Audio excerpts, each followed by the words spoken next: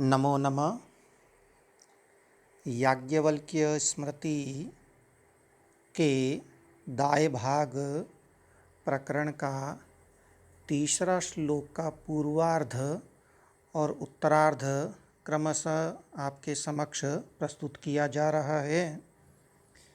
प्रिय विद्यार्थियों, दाय भाग प्रकरण के पहले श्लोक में हमने देखा था कि विभागम चेत पिता कुर्याद इच्छया विभजेत सुतान। यदि पिता विभाजन करे तो इच्छानुसार अपने पुत्रों को संपत्ति का बंटवारा कर सकता है। अब वो जो बंटवारा है वो दो प्रकार से हो सकता है, सम अथवा विषम। तो उसके लिए उन्होंने कहा था ज्येष्ठम व श्रेष्ठ भागेन, या तो ज्येष्ठ जो पुत्र हैं उसको श्रेष्ठ भाग देकर अलग करे, जो मध्यम पुत्र है उसको मध्यम भाग देकर अलग करे, और जो अधम पुत्र है उसको अधम भाग देकर के पृथक कर दे। तो ये तो विषम विभाजन हुआ। और सर्वे वा स्युः समांसिना, अथवा सभी पुत्रों को समांसी रखते हुए विभाजन करे, समान हिस्सेदार रखते हुए विभाजन करे। ये दो पक्ष आए थे, सम और विषम। इन दोनों पक्षों में भी अपवाद बताया जा रहा है इस तीसरे श्लोक के पूर्वार्ध में। सक्तस्यानीहमानस्य किंचित दत्वा पृथक क्रिया। सक्तस्य, जो सक्त है, कई बार पुत्रों में ऐसा होता है कि वह पुत्र धन कमाने में पूरी तरह से समर्थ है, धन कमाने में अच्छा है, उसे किसी की सहायता की ज़रूरत नहीं होती है। कई बार ऐसा भी हो सकता है कि वो अनीहमानस्य, शब्द यहाँ है अनीहमानस्य, जो अनीहमान है। ईहमान का मतलब है इच्छा करने वाला, और अनीहमान का मतलब है इच्छा न करने वाला।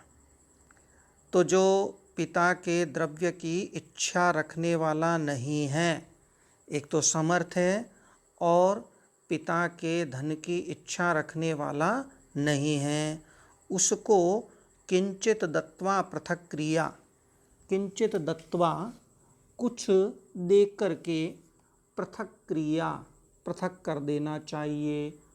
किंचित का मतलब है कुछ, भले ही वो समर्थ हैं, भले ही वो लेने की चेष्टा इच्छा न करे, लेकिन फिर भी उसको किंचित, कुछ, थोड़ा सा ही, चाहे तुच्छ मात्रा में ही हो, असार सा ही हो, कुछ दत्वा दे कर के पृथक क्रिया, पृथक्करण कर देना चाहिए, विभाजन का कार्य कर देना चाहिए।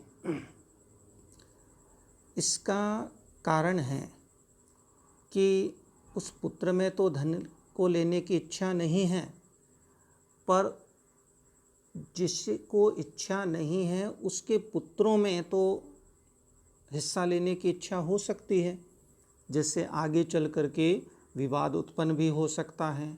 अतः उस भावी विवाद की निवृत्ति के लिए पृथक्करण आवश्यक है, क्योंकि पुराने विवाद में कुल के विनाश की भी संभावना बन जाती है। अतः कुल को विनाश से सुरक्षित रखने के लिए विभाजन आवश्यक है, चाहे उसे थोड़ा ही दिया जाए। जो शक्त है और लेने की इच्छा नहीं कर रहा है, उसको भी किसी न किसी तरह से थोड़ा सा दे करके विवाद को, आगे आने वाले विवाद को टाल देना चाहिए।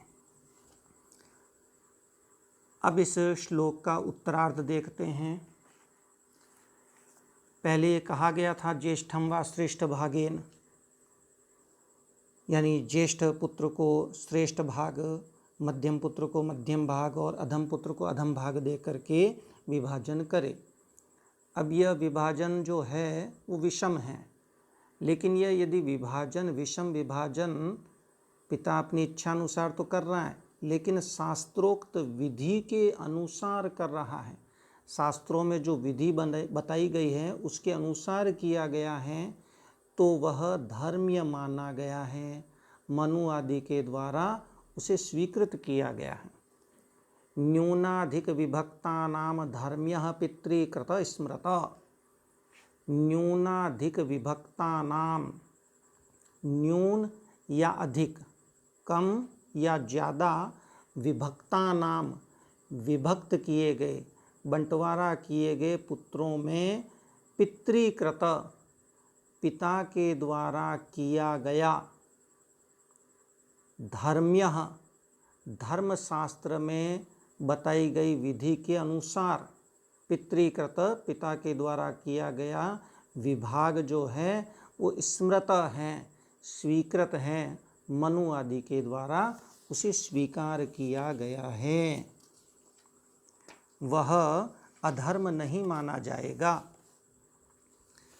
तो मिताक्षरा टीका में इसके बारे में ये कहा गया है कि यदि पिता के द्वारा जो विभाजन किया जाता है, न्यूनाधिक विभाजन, किसी को कम किसी को ज़्यादा, लेकिन यह विभाजन यदि धर्मशास्त्र के अनुसार है तो पिता का किया हुआ यह विषम विभाग निवृत्त नहीं हो सकता है, यानी वो विभाजन प्रामाणिक माना जाता है, उसे चैलेंज या चुनौती नहीं दी जा सकती है।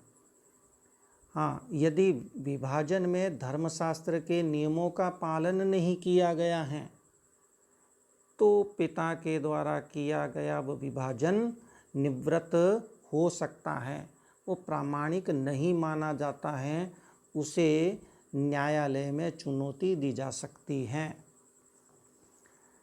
नारद ने भी कहा है कि जो पिता असाध्य रोग से ग्रस्त हो, बहुत अधिक गुस्सैल हो, विषयों में आसक्ति रखने के कारण जिसका चित्त विकृत हो गया हो, जो पिता शास्त्र के विरुद्ध आचरण करने वाला हो, वह विभाजन करने का अधिकारी नहीं है।